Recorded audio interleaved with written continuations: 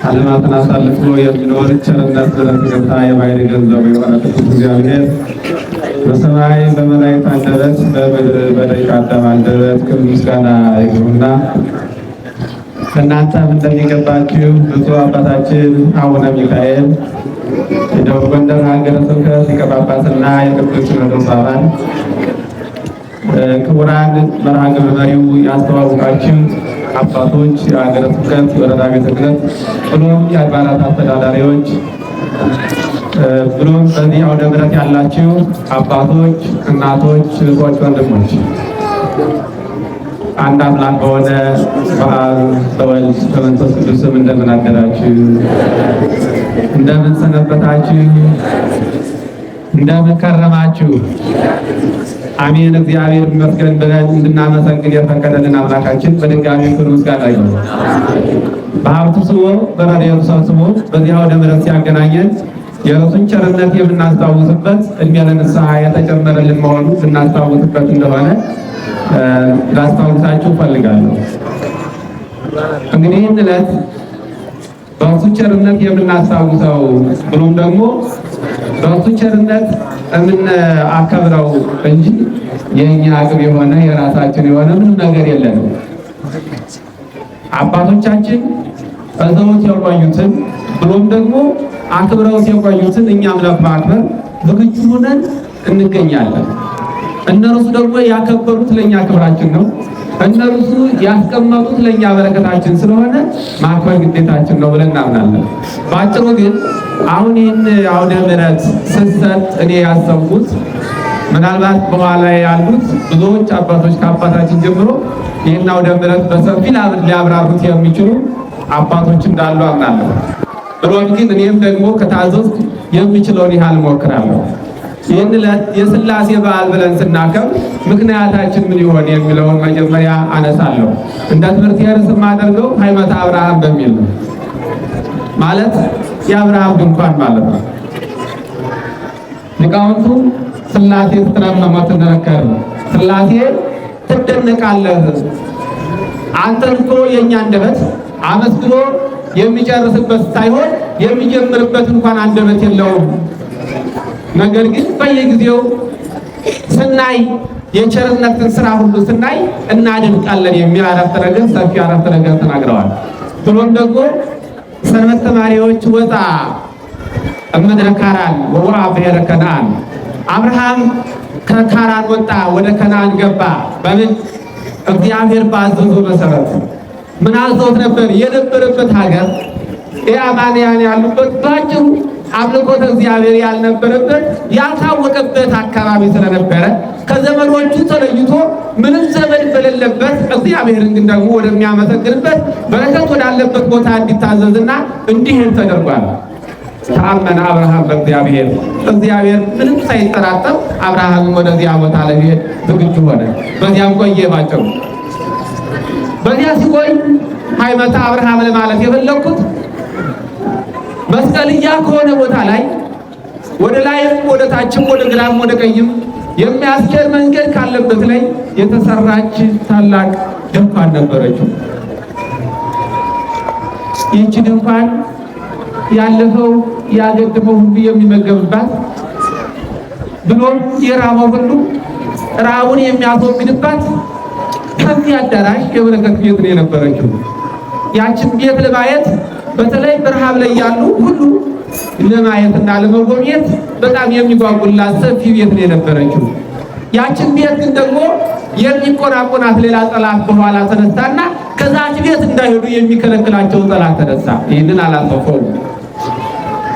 ተነስቶ ግን ደግሞ አብርሃምን ከዛች ቤት የሚያስተናግድበትን ሲከለክልበት እኔ ደግሞ እስካሁን ድረስ ስኖር ስለ እግዚአብሔር የምጠራበት የተለያየ የእግዚአብሔር ሕንፃ የሚስተናገድበት ቤት ስለሆነ የእርሱን ስም ሳልጠራ ልስተናገድ አይገባኝም በማለት ራሱን ጠብቆ እስከ 3 ቀን ድረስ ዘገየ ነው የሚለው።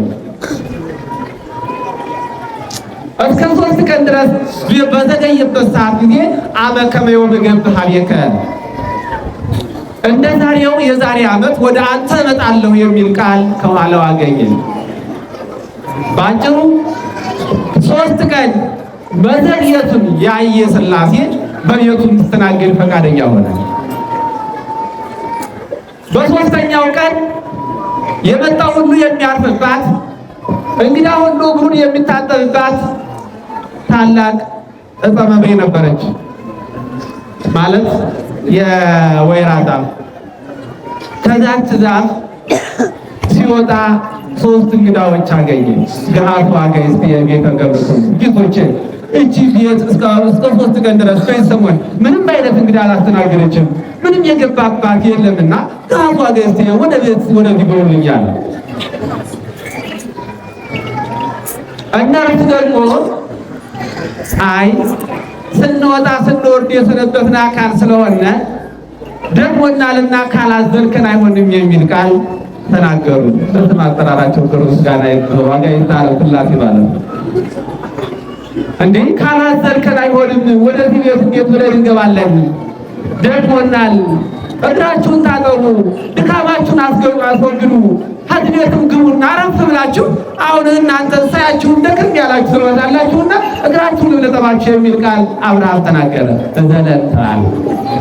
አብርሃም ፈቃደኛ ሆኖ 3 ቀን ጾሙ ሰምቶ ለማዘል ግን ጎንበስ ብሎ ከ3ቱ አንዱን አዝሎ ወደ ቤቱ ገባ። ከቤቱ ገብቶ ከወንበሩ ላይ ሲያስቀምጥ በታምራት ዘወር ሲል 3 ነው አገኘ። ደስ አለው አብርሃም። አይ ቆይ ልክ ነው እንግዲህ ማስተናገዱ ደስ ያሰኛል። ግን ቆይ አብርሃም ደስ አለው። ሐሳቡን መረዳት ነው የሚያስፈልገው። ጭጫው ምንም አይጠቅምም። ሐሳቡ ግን እንዴት ነው? አብርሃም እንደኛ ፍጡር ነው፣ እንደኛ ሰው ነው፣ እንደኛ ቤት የቀለሰ ነው። በምን እድሉ ነው ይህን እድል ያገኘው? እኛ ስንማነን የሚል አይምሮ በአይምሯችን ሊወጣ ሊወርድ ይገባል። ይህን ሐሳብ ነው ያለው። ስለዚህ አብርሃም በዚህ ሐሳብ ከቤቱ 3 እንግዶች አስቀመጠና ሳራ አለ ባለቤቱ፣ አቤት የተቀመጡት 3 እንግዳዎች ናቸው፣ 3 መስፈሪያ ያምጡና ዳቦ ጋግሪ አለ። ሳራ ወደ ኋላ አላቸው። ፈቃደኛ ሆና ሳታጎመጉም ያውኑ ሴት ቢሆን ደግሞ ዛሬ 3 እንግዳ መጣብኝ፣ እኔ ደግሞ አንተን ለማስተናገድ በፈራሁበት ሰዓት እንዴት አድርጌ 3 ሰው ማስተናገድ የሚል ሐሳብ ይኖረው ነበር። ሳራ ሳቅ ብላ 3ቱን እንግዶች ለማስተናገድ ወደ ቤቷ ገብታ የሚገባውን አዘጋጅታ ወዲያውኑ ጋግራ እዛ መጣች። አንበሻው እሱ ደግሞ የሚችለውን ወይፈኑን አድርጎ የሚያዘጋጀውን ነገር ሁሉ ፈጥሮ አዘጋጅቶ ለሥላሴ ምግብ አቀረበ። ሥላሴ ተመገቡ ይላቸዋል። ባጭሩ ይህ ዕለት የሆነው ሐምሌ 7 ቀን እንደሆነ አበው ይናገራሉ፣ በጻድቁ ይመሰክራሉ። ይህን ምክንያት አድርጋ ቤተክርስቲያን በየዓመቱ የሥላሴን በዓል ታከብራለች። አሁን ይህቺ የሃይማኖት አብርሃም ማናት? የሥላሴ ማደሪያ የሆነችው ፈቃደ ሥላሴ ያረፈባት ማናት ካለ የመጀመሪያው ሃይማኖት አብርሃም ተብለን የምንጠራው እኛ ነን። በጊዜው ያቺ አብርሃም ቤት ሥላሴን ታስተናግድ እንጂ እኛ ደግሞ ዛሬ የሥላሴ ማደሪያዎች ነን ብለን እናምናለን። ለምን? ብዙ አባታችን አቡነ ሚካኤል ዛሬ በሚገርም ቀድሰው አቀብለዋል፣ ተቀብለዋል። በዚህ ሰዓት ከ3ቱ አካል አንዱን አካል አቀብለውን ተቀብለን አንዱን አካል ስንቀበል ደግሞ አብርሃም ያዘለው አንዱ አካል ከውስጥ ሲገባ 3 እንደሆነ ሁሉ በተዋህዶ ደግሞ አንድ የሆኑትን ሥላሴ ዛሬ በአካላችን ተቀብለናል ማለት ነው። ክቡራን አባቶች የሥላሴን ሐሳብ ስናስብ አይምሯችን ሰፊ ሁሉ እንድናስበው እናመለክታለን። አሁን ይህ ሐሳብ በተለይ አካሉ ከሰማየ ሰማያት የወረደ ከድንግል ሥጋ የተዋሃደ በተለይ አካሉ ቀራንዮ ላይ የዋለ በተለይ አካሉ ደግሞ ዛሬ በመንበር የከበረ በመንበር ከብሮ እኛን ያከበረ ቅዱስ ሥጋውና ክቡር ደሙ ነው። ስለዚህ በዚህ ሰዓት በተለይ አካሉ አንዱን ተቀብለን በተለየ ደግሞ የሦስቱ ማደሪያ ሆን ብለን እናምናለን። ስለዚህ በዚህ የከበርነ እኛ ለምን አጨካከንን? የሥላሴ ማደሪያዎች ይሆን የሥላሴ አካል ይሆን ባሪያውና በመልኩ የተፈጠረ ለምን ተጨቃጨቀ? እስኪ አሁን በእውነት እንነጋገር። ይህ ግቢው አሁን ነው የደመቀው ወይስ 11 ሰዓት ወይስ 10 ሰዓት ገብቶ ነበር ሰው ነበረው? ለምን ይሆን? ሌሊት መዘመር የጠላን እንሆን ይሆን? ሌሊት ሊቃውንቱ ሲዘምሩ ብሎ ሊቃውንቱ ሲዘምሩት ከጎን ሲያማጨብጨብ እያጣልተን ይሆን? አይደለም። ሰዓታችን አስቸጋሪ ሆኖ ነው። ስለዚህ ይህንን የሥላሴ ማደሪያ የሆነውን አካላችን ሁላችንም በምንችለውን አስተምረን በምንችለውም ደግሞ ለማክበር ስንሞክር እግዚአብሔር በቸርነቱ ይጠብቀናል ማለት ነው። አሁንም ይጠብቀን።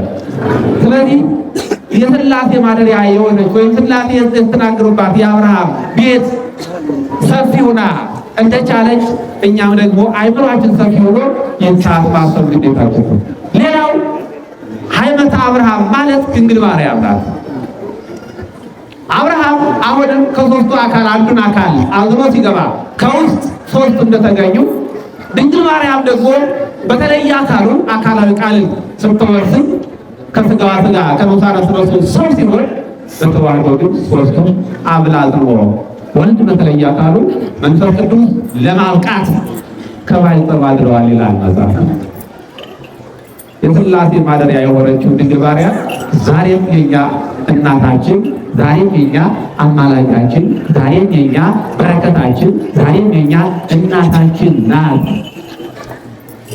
ያለ እሷ ልንድን አንችልም። ስለዚህ የአብርሃም ቤት ሥላሴን ያስተናገደችው የአብርሃም ቤት በረከት የሆነችው የአብርሃም ቤት ወይም በበረከት የተሞላችው ያቺ ደገኛ እናት ሳራ ፈቃደኛ ሆና ያን ምግብ አዘጋጅታ ሲወጡ ከሦስቱ አንዱ ይላል ከሦስቱ አንዱ አመከመ የወርቅ ገባህ ቤከ ዛሬ ከርሞ የዛሬ ዓመት ወደ አንተ እመጣለሁ ወይም አመከመ የወርቅ ገባህ ቤከ እንደ ዛሬ የዛሬ ዓመት ወደ አንተ እመጣለሁ። አብርሃም ይህን ቃል ሲሰማ በመጀመሪያ የተነገረው ቃል ነበረ። ሁሉ ከዋገተ ሰማይ ውጣና ይህን ከሆነ የሰማይ ኮከብ ቁጠረው ተባለ። እየተወል ቆጠሩ። እንዴት አድርጌ መቁጠር እችላለሁ? መቁጠርም አልችልም። ያንተ ዘር እንደዚህ ይበዛል። ይህን ሀሳብ እየሰማ ወይም ይህን ቃል ሲሰማ እንዴት ይሆናል የሚል የፈቃደኝነት ሀሳብ ባይኖር ይወጣ ነበር። እንደገና ወደም ቀጠለ። ወደ ባህሩ አሸዋ ወረድና ይህን ቁጠረው ተባለ። አይ ይህንንም መቁጠር አልችልም። ግን ይህንን ሥላሴ ሲነግሩት የእሱ በዚህ ምሳሌ ሲነግሩት በፈጣሪ የተመሰሉት ኃጥአን ናቸው፣ በኮከብ የተመሰሉት ደግሞ ጻድቃን ናቸው። አሁን እኛ እዚህ የተገኘ ነው በፈጣሪ እንዳንመሰል፣ በአሸዋ እንዳንመሰል፣ በከዋክብት ተመስለን አብርተን በዚሁ በተስፋ ቆይተን ሰማያዊ ክብሩን ለመውረስ የተዘጋጀን እንድንሆን እግዚአብሔር አምላካችን ይፍቀድልን። በዚህ ልክ ደግሞ በእግዚአብሔር ቸርነት ሐዘን የሚወገድባት በረከት የሚገኝባት መካከል የምንቆራጠፍባት ቤተ ክርስቲያን ብሎም እምነታችን ልናከብር ግድ ይለናል። ዘመን አሁን ትናንት የነበረችው ኢትዮጵያ ዛሬ ብናስባት ትናንት የነበረችው ኢትዮጵያ ዛሬ አይደለችም። ትናንት የነበረችው ቤተ ክርስቲያን በዚያ ልክ ናት ብንል ቤተ ክርስቲያን ዛሬ እሷ አይደለችም። ዛሬ እኛ እናስፈልጋታለን። ዛሬ በእምነት ልንጠረክርላት ያስፈልጋል። ዛሬ በሃይማኖታችን ጠንክረን ለሰማይ ተቀጥቋን ልንዘጋጅ ይገባናል። ቅዱሳን ሰማዕታት የምንልበት ዓላማ እንዲሁ ደርሰን አይደለም። በሰዓቱ የሚገባቸው መከራው ስለተገኙ ነው። የመጣባቸውን መከራ የሚችሉትን ያህል ተጎናጽፈው ስላለፉ ነው ሰማዕታት ብለን የምንጠራቸው። በስም የከበረ የለም። ዛሬ ስም ሞልቶናል። በስም ግን የከበረ የለም። በስርዓት እንቆም ግን ግድ ይለናል። ስለዚህ እነዚያ ከዋክብት ብሩሃን እንደሆኑ የሚገርሙ ሊቃውንት ደግሞ ዛሬ ብሩሃን ሆነው በሚገርም አከባበር አክብረዋል። ስለሆነ እኛም የምንችለውን ያህል ቅዱስ ሥጋውን ክቡር ደሙን እየተቀበላችሁ እንዳላችሁ እናምናለን። በዚህ ዓለም በዚህ ቤት ሰርተን ሰማያዊ ክብር እንድንጎናጸፍ እሱ ይፍቀድልን። የአብርሃም ቤት ሥላሴው እንዳስተናገደ እኛም የሥላሴ ማደሪያዎች ሆነን ሰማያዊ ክብርን እርሱ ይሁን። ስብሐት ለእግዚአብሔር ወለወላዲቱ ድንግል ወለመስቀሉ ክቡር። ይቆየን።